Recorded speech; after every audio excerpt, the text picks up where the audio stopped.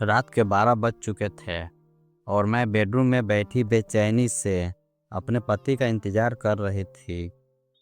दिन भर की थकान के बाद भी नींद मुझ में कोसों दूर थी। सुबह हुई लड़ाई मेरे मन में गहरे उतर गई थी। झगड़े की कोई खास वजह नहीं थी, लेकिन एक छोटी सी बात पर कब बड़ी बन जाती है इसका अंदाज़ा नहीं होता। सुबह मैं गुस्से में उनसे एक गलत शब्द कह दिया था, जो शायद मेरे मुंह से निकला नहीं चाहिए था। उसके चेहरे पर आई नाराज़गी ने मेरे दिल में हलचल मचा दी थी। अब रात के 12 बज चुके थे और मेरा इंतज़ार बेचैनी में बदल चुका था। मन में सही सोच रही थी कि शायद उनका गुस्सा ठंडा हो गया होगा और जब वह घर आएंगे तो हम दोनों फिर से पहले की तरह हंसते खेलते रहेंगे। लेकिन दरवाज़ा खुलने की आवाज़ के साथ ही मेरी उम्मीदें टूट गई। वह घर में दाखिल हुए, लेकिन बिना कुछ कहे सीधे बेडरूम की तरफ चले गए। मैंने उसकी ओर देखा, पर उसकी आंखों में ना कोई प्यार था, ना ही अपनापन। चेहरा गंभीर और कठोर था। मेरे दिल में एक हल्की सी टीस उठी, लेकिन मैंने खुद को संभाला। सोचा शायद अभी उनका गुस्सा पूरी तरह ठंडा नहीं हुआ है।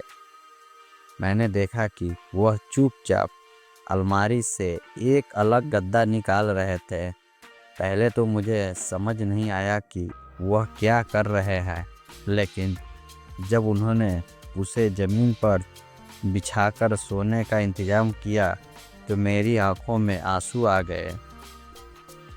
हमारे बीच जो प्यार था उसकी जगह अब एक दीवार खड़ी होती नज़र आई।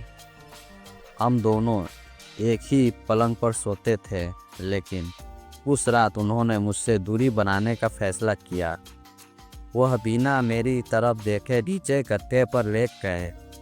मुझे थोड़ा बुरा लगा, लेकिन मैंने सोचा कि शायद उसका गुस्सा अभी भी ठंडा नहीं हुआ है, इसलिए उन्होंने ऐसा किया होगा।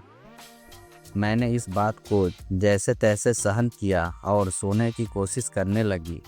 अगली सुबह जब मेरी आँख खुली तो मैं उठी और अपने रोज़मर्रा के कामों में लग गई, जैसे कुछ हुआ ही नहीं था। मैंने रसोई में जाकर चाय बनाने लगी। बेटी अपने कमरे में सो रही थी। मुझे उसे भी तैयार करना था, नाश्ता बनाना था और घर की सफाई करनी थी। सब कुछ हमेशा की तरह किया, लेकिन कहीं न कहीं दिल में एक बेचैनी थी। शाम होते होते उम्मीद थी कि शायद वो आज मेरे करीब आएंगे, मुझसे कुछ प्यार से बात करेंगे। लेकिन जब रात का वक्त आया और मैंने देखा कि उन्होंने फिर से गद्दे पर ही सोने का फैसला किया, तो मेरा दिल जैसे बैठ सा गया। पिछले 4-5 दिनों से यही सब चल रहा था। वह मेरे पास होते हुए भी मुझसे दूर लग रहे थे। जब भी मैं उसके पास जाने की कोशिश करती, वह किसी बहाने से खुद को अलग कर लेते। बात करने पर भी उसके शब्दों में वह गर्माहट नहीं थी जो पहले हुआ करती थी। उसकी आवाज़ में एक ठंडापन था, एक बेरुखी थी जिसने मेरे दिल को और भी ज़्यादा चोट पहुंचाई। अब लगभग 1 महीना हो चुका था, लेकिन फिर भी कुछ नहीं बदला था। मेरा दिल हर दिन उदास होता जा रहा था। मैंने कई बार सोचा कि उनसे खुलकर बात करूं, लेकिन वह हर बार बात करने से कतराते थे। मैंने उसकी पसंद का खाना बनाना शुरू कर दिया था। उनकी पसंद की साड़ी पहनती थी, उनकी पसंद की बातें करती थी, लेकिन फिर भी उन्होंने कभी मेरी तारीफ तक नहीं की। मैंने अपनी सहेली से भी बात की। उसने मुझे कुछ सलाह दी, लेकिन उससे भी कोई फ़र्क नहीं पड़ा।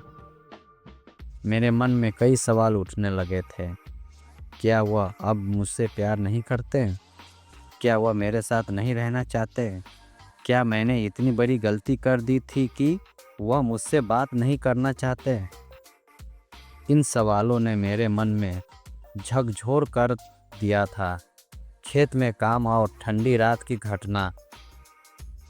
हम गांव में रहते थे और खेती के काम से अपना गुजारा करते थे।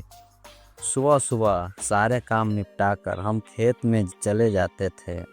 खेत में हम दोनों साथ काम करते, लेकिन वह फिर भी मुझसे ज़्यादा बातें नहीं करते थे। मेरे बगल में खड़े होकर भी वह चुप ही रहते थे, जैसे मैं उसके लिए अब कोई मायने ही नहीं रखती। एक दिन मौसम अचानक बदल गया। आसमान में काले बादल छा गए और दोपहर तक बारिश शुरू हो गई। देखते ही देखते बारिश के साथ ओले भी गिरने लगे। तेज ठंडी हवा चलने लगी। ठंड से हमारे हाथ पांव सुन्न होने लगे थे। हम जल्दी से खेत में बनी एक झोपड़ी में चले गए। वहाँ सिर्फ एक पतली सी छाल थी, जिससे ठंड से बचना मुश्किल था। मेरे पति ठंड से कांप रहे थे। मैंने उसके हाथ अपने हाथों में लिए और उन्हें गर्मी देने की कोशिश करने लगी। उनके पैरों में हल्के हल्के रगड़ना, लेकिन ठंड कम होने का नाम ही नहीं ले रही थी। शाम हो चुकी थी और बारिश रुकने का नाम नहीं ले रही थी। नदी में बाढ़ आ गई थी, इसलिए घर लौटना असंभव था। हमें रात वहीं गुजारनी पड़ी। ठंड के कारण मेरे पति का शरीर पूरी तरह कांप रहा था।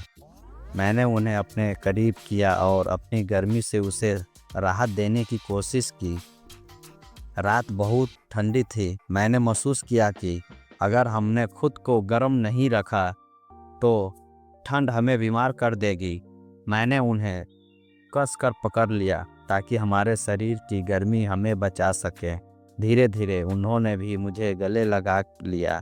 उस ठंडी रात में हम दोनों एक दूसरे के करीब आए और हमारी दूरियां मिट गई। सुबह की नई शुरुआत। सुबह सूरज की हल्की किरणें झोपड़ी में आई तो हमने महसूस किया कि रात का संकट अब पीछे छूट गया था। बारिश पूरी तरह थम चुकी थी और ठंडी हवा अब धीरे धीरे गर्माहट ला रही थी।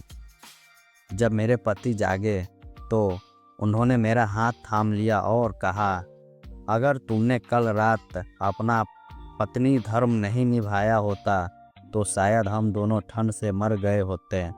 तुमने हमारी जान बचाई, इसके लिए मैं तुम्हारा कर्जदार हूँ। उनकी आवाज़ में अपनापन और प्यार था। फिर वह थोड़े शांत हुए और बोले, मुझे माफ़ कर दो, मैंने बहुत बड़ी गलती की। 1 महीने से तुमसे गलत व्यवहार कर रहा था। तुम्हें नाराज़ होकर तुम्हें दूर रखा। तुम्हारा हक तुम्हें नहीं दे पाया। मेरा व्यवहार सही नहीं था। उनकी आंखों में पछतावे के आंसू थे। मैंने प्यार से उनके हाथ पर हाथ रखा और कहा, मेरे मन में आपके लिए कोई नाराज़गी नहीं है। मेरे लिए सबसे ज़रूरी यह है कि आप मेरे पास हैं।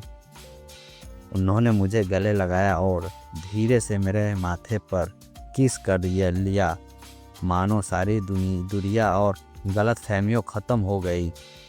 घर लौटने के बाद हम दोनों मुस्कुराते हुए घर की ओर चले। नहाने के बाद मैंने उनके पसंदीदा कपड़े पहने और उनके पसंद का खाना बनाया। हम हंसते बोलते साथ में खाना खा रहे थे, जैसे पुराने दिन लौट आए हो।